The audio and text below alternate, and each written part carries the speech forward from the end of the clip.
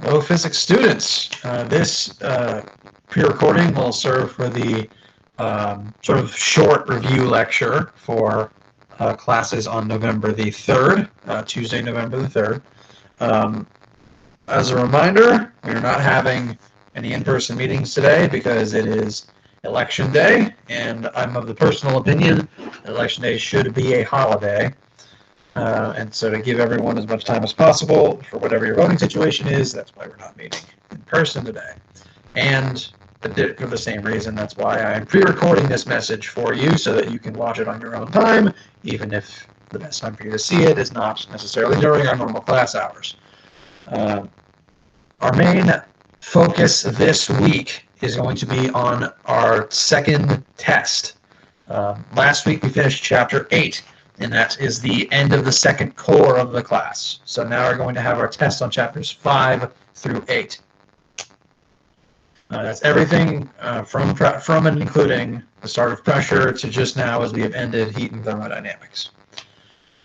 In this video, we're going to go over how the test is going to work, talk about what is going to be on it exactly, and in addition to that, I will be having Google Meet times above today and tomorrow, Tuesday. Tomorrow is Wednesday.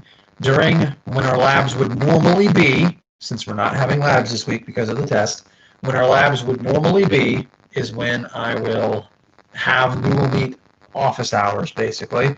So during when our labs would normally be, you can log into the calls. I'll send out the link to everybody. And that is an excellent time for you to be able to ask absolutely any questions you have about chapters 5 through 8, any of the assignments that have been due during those periods of time, or even the homework and quiz that will be due tonight. Chapter 8 homework and quiz are due tonight at midnight. Keep in mind. And those will be just a good chance for you to be able to come in and get any specific help you have.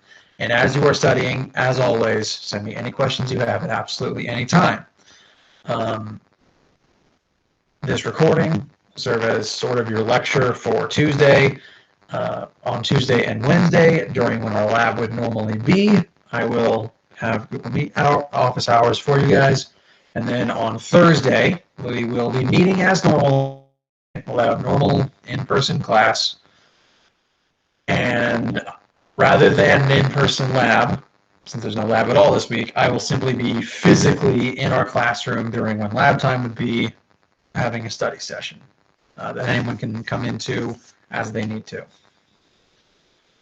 So, main focus of this week is test prep and studying. As a reminder for how the test is going to work, what I'm going to do now is I'm going to show you guys our class Brightspace page.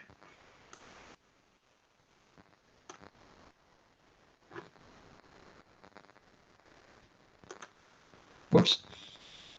Where'd it go? Here we are. So this is our class Brightspace page. And you can see on the left, we have all the different tabs for all of our different chapters. You come down here. After chapter 8 thermodynamics, we have a tab that is dedicated to test 2, chapters 5 through 8. If you click on the tab itself, you will see here information and some documents uploaded within this sort of category. We have your test 2 formula sheet. This is the one sheet that has every formula that you will need for the chapter for this second test. On the I will also send out a copy of it with that. These are practice questions for test 2. Much like last time, these are just good practice for everybody. It's very similar to the test. You're going to be using the same principles to answer these questions. And within the next day, I will be uploading an answer key to these practice questions, so that you can check your work, and when we meet back up in person on Thursday, or if you have a question sooner than that, please email me. But I will have this answer key uploaded soon so that we can compare your answers as you are studying. And we can talk about that Thursday, along with any other things that you have, any other questions you've encountered as you've been preparing for this test. Now, these are listed here. The answer key will also be listed here, probably beneath the test itself is where it will be added. If you click back on the tab itself and come here to this information, this lists how the test is going to work. It's the same kind of format as last time. The test will be available for you to take at any time you want to between Thursday, November 5th and through Monday, November 10th. So if I just pull up the calendar here, this is Thursday the 5th, and you have through the weekend to, I suppose Monday is actually the 9th, excuse me. I'll fix that shortly. So you have from Thursday through the weekend through Monday, and you can take the test at any time you want during those days.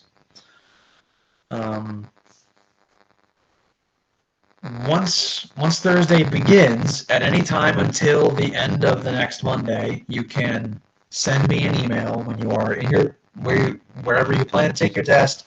Make sure you are comfortable and are good for however long you need to take it. Make sure you're comfortable and quiet and calm and studied, and then you can email me saying you're ready to begin. I will then promptly send you the test document. You have, from that point, up a maximum of 5 hours to do all of your work. Send me your work and your answers. Again, please send me your work so that I can grade it for partial credit. You can send it to me in any scanned or picture format as long as I can see it. You have 5 hours from when I send it to you till I need your answers and your work sent in to me. Once I have those, I will begin grading them, and I will send you your grade as a reply to the email where you send me your test. So you'll have 5 hours, a maximum of 5 hours. It is designed to be a 1-hour test, but I'm giving you 5 hours for the benefit of not knowing what everyone's situation is and to accommodate academic accommodations and the fact that it's going to take longer for you to get answers to questions through email. So while you are taking your test, me pictures of your work. I will grade you for partial credit. You can ask questions at absolutely any time about anything. I encourage you to ask questions. It's not bothering me. It is literally your job to ask them and my job to help you. Any question at all during the test, please send them to me. You can ask via email. You can ask for us to have a Google Meet if you would rather speak verbally, or I'll be able to put something up on the blackboard behind me in a call like that. Please ask. I want you to. In addition, I want you to leave nothing blank, because the only way to get a 0 on any question is to leave it blank. Writing anything is worth more points than writing nothing. The best thing to do if you are completely stumped is A, ask me questions. I can help sort of guide you in the right sort of starting direction. Start writing down variables and formulas that will be related to the task. And in doing that, odds are it's going to sort of jumpstart your problem-solving process. But if after that point you still just have no idea what to write, again, literally anything, a joke, a reference, the script of the B movie, leave nothing blank.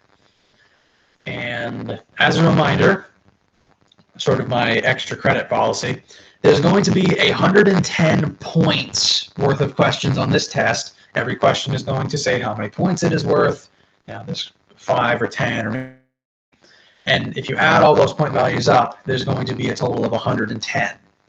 The test is going to be graded out of 100, meaning if you get every single question perfectly right, you'll have 110 out of 100. You can't get higher than an A on this, and that's just sort of the way that I do the bonus points. Now, the individual topics that are going to be on this particular test. This is everything from Chapter 5 through Chapter 8. Chapter 5, we began looking at pressure. Pressure is defined as force over surface area. Like the air pressure around you right now, the air is exerting a force into your body all across your surface area. We also defined density in Chapter 5. Density is mass divided by volume. Every substance has its own unique density. It tells you how tightly compressed the matter is for that particular object. Then pressure at depth. This is the formula P equals density times mass times H, or depth within a fluid. This is the deeper you are in a fluid, the more of that fluid it's above you, the more pressure it's going to exert down on you. Then buoyant force and Archimedes' principle. When you submerge any object in a fluid, that fluid is going to exert a net buoyant force upwards on that object. And this fact and the formula that goes with it, the formula is buoyant force is equal to density of the fluid times the volume of the object that is currently floating times G, 9.8. That is called Archimedes' principle, and that formula tells you the buoyant force, the force of buoyancy from the liquid, the fluid that you are submerged in. And as a general rule, if something is going to float in a fluid, it has to be less dense than that fluid, and the buoyant force upwards on that object has to be the same as the force of gravity downwards. If buoyant force up and gravity down are equal to one another, the object will float where it is. Next, Pascal's principle, the continuity equation, and Bernoulli's equation. These are the three flow formulas, the formulas that talk about how fluids flow in various circumstances.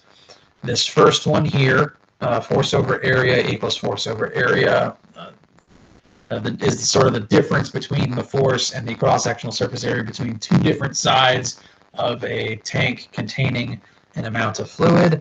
That formula is specifically called Pascal's principle.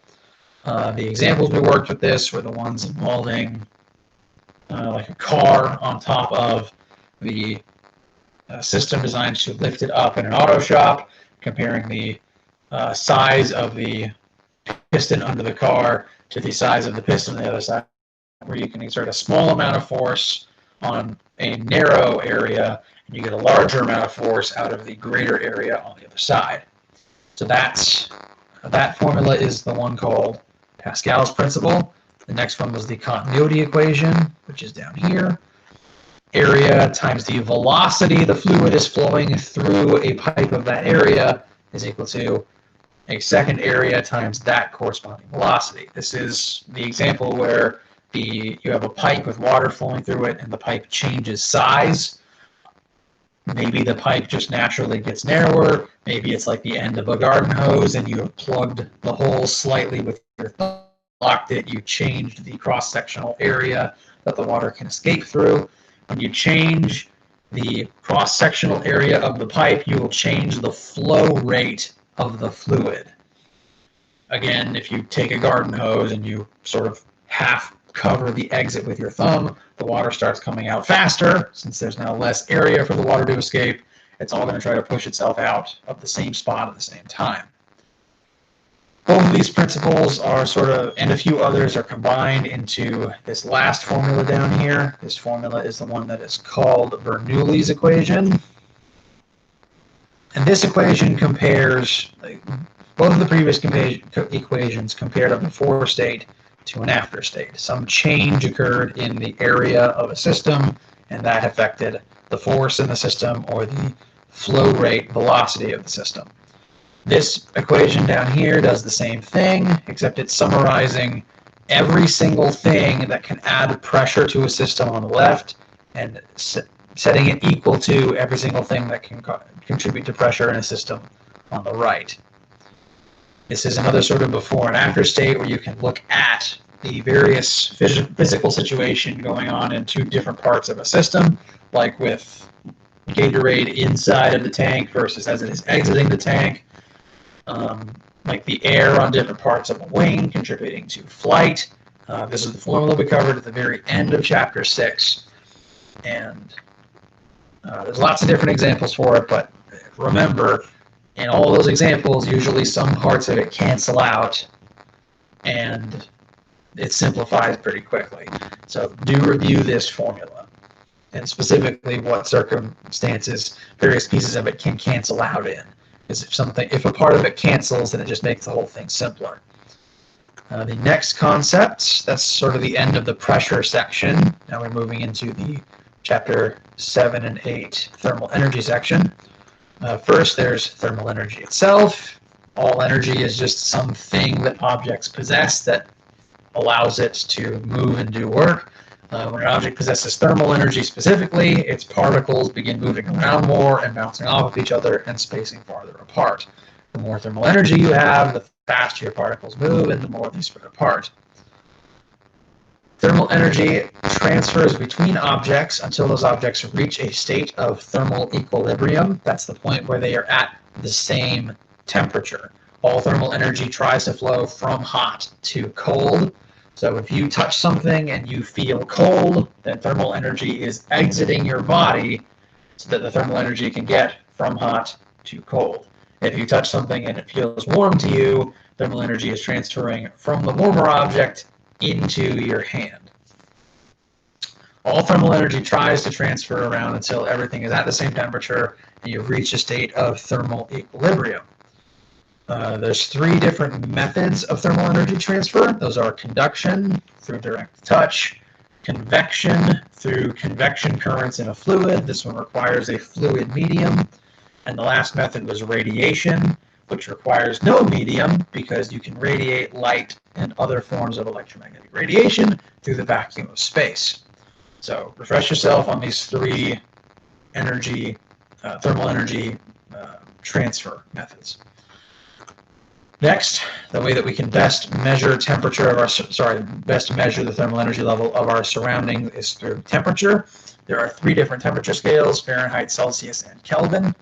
They all measure the same things. They just use slightly different scales and metrics. Make sure you are able to convert from one to the other. The formulas for this are on your formula sheet. As a reminder, temperature is not the end-all, be-all of thermal energy in an object. Just because one thing has more thermal energy than another, just because one object has a higher temperature than another object doesn't necessarily mean it has more thermal energy. It just means it has a higher temperature. Now, after that, I looked at specific heat. That's the formula Q equals mc delta T. And this formula exists to tell us for a specific object with a specific mass made of a specific substance, what will its temperature change be if a certain amount of thermal energy is added to or removed from it. As a reminder, every different material has its own C constant, its own specific heat value, and you don't have to memorize any of them. They will be provided to you. That was the end of chapter 7, and then chapter 8, we began talking about the laws of thermodynamics. There's technically 4 of them, 0th through the 3rd. It's good to be familiar with them, so quick synopsis of all of them. The 0th law is the commutative property of temperatures. You can call it the law of thermal equilibrium. If A and B are at the same temperature and B and C are at the same temperature, then A and C must be at the same temperatures. Just the law of like temperatures. The first law of thermodynamics is the one that says that energy cannot be created or destroyed. We show that with these 2 formulas down here under conservation of energy. In a specific system, the change in the internal energy of an object, delta U, will be equal to the heat that it gains minus the work that it does. And similarly, because energy cannot be created or destroyed, if one object gains thermal energy, another object had to lose the same amount of thermal energy. So both of these formulas relate to the first law of thermodynamics. The second law of thermodynamics is the law of entropy. It says that the entropy level of the entire universe can only ever stay the same or increase as a result of any possible process that takes place within the universe. Entropy itself is roughly defined as chaos or disorder. It's specifically is a measurement of how much the particles of an object are moving because of thermal energy. The more thermal energy something has, the more entropy it has. And every single process creates some amount of thermal energy because there's friction. You're always going to lose some energy into a thermal form. That means the entire universe is slowly getting warmer, and therefore entropy is slowly rising every single process. You can calculate the change in entropy of a single object by looking at how much thermal energy does it gain or lose, divided by its temperature as it gains or loses that thermal energy. The last law of thermodynamics, the third law, says that you can decrease the entropy of a single object by decreasing its temperature. And eventually, if you decrease an object's temperature to 0, its entropy will also decrease to 0. The only way to have 0 entropy is if one object is at 0 Kelvin, a temperature of 0 Kelvin, the coldest possible temperature, but that only decreased the entropy of the one object that is now colder, because all the thermal energy that was in it had to be removed and put somewhere else. So now that object is warmer and has that entropy again. So the second and third law kind of work together. This led us right into the concept of thermal efficiency. Every single process takes some amount of energy to perform, but you're only going to get so much work out of it. Every machine will never give you as much work out as you put energy into it. Like the human body, if you eat 1,000 joules worth of food, you might be lucky to be able to do 200 joules worth of work from that meal. And to calculate the thermal efficiency of any machine or any process, you simply divide the energy output by the energy input. So again, if a human being was to eat 1,000 joules worth of food, and from that meal was only able to do 200 joules worth of work, 200 divided by 1,000 is 0.2, so that process would be 20% efficient. Every single process has some efficiency like this. And last but not least, we have rate of thermal conductivity. There's a few different names for this one principle. We have thermal power, and we also have heat current. All of these terms refer to the same thing, and that same thing is this formula here. Power equals, well, for one, power is equal to heat flow over time. So this tells you how fast thermal energy is flowing through an object. The other formula is power is equal to K, which is thermal conductivity constant. Every material has a different one. You don't have to memorize any of them. Thermal conductivity constant times the surface area of the object times the change in temperature from the hot side to the cold side divided by length. This just serves to tell you how quickly thermal energy will flow through a specific object. These are all the things that affect that rate of flow. And make sure you are able to work examples of these. A good way to study for these last couple of formulas here is to do your Chapter 8 homework and quiz. So make sure to be working on that. So that is everything that is going to be on the second test, which is chapters 5 through 8. Again, this will be available for you to start taking on Thursday. You can send word to me at any time between Thursday and Monday that you are ready to start your test. I will send it to you. The time will begin. You have 5 hours to get me your answers. It is designed as a 1-hour test, so 5 hours is going to be plenty of time for everybody.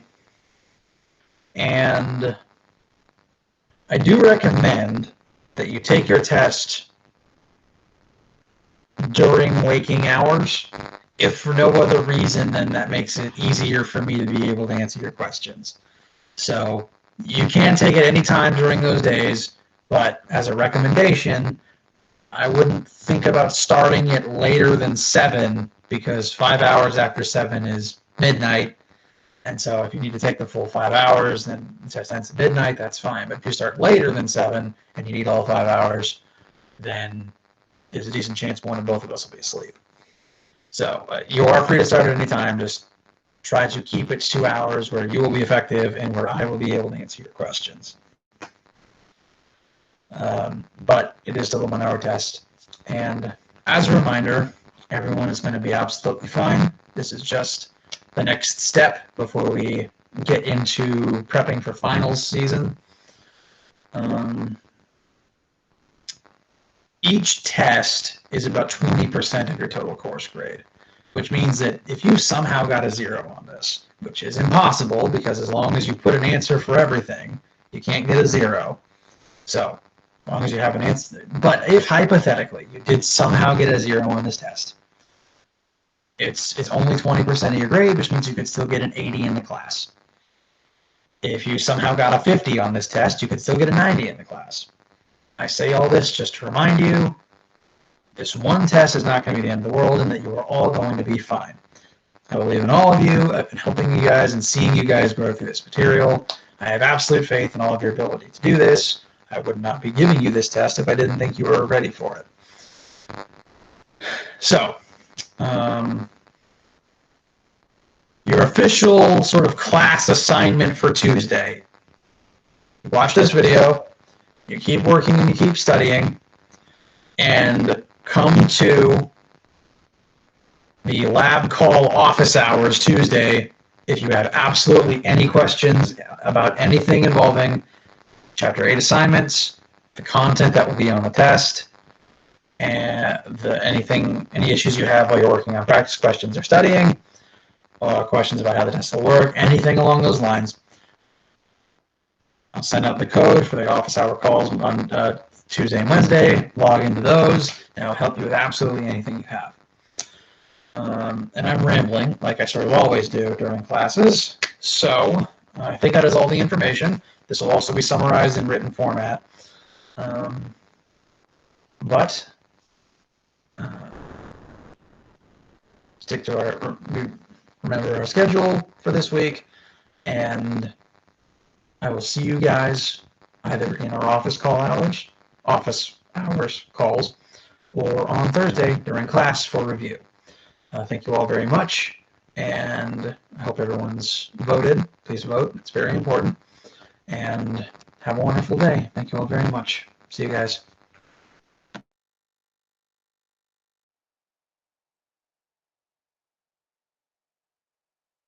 Pressed the wrong button and I exited out of the camera instead of stopping the recording. Oops.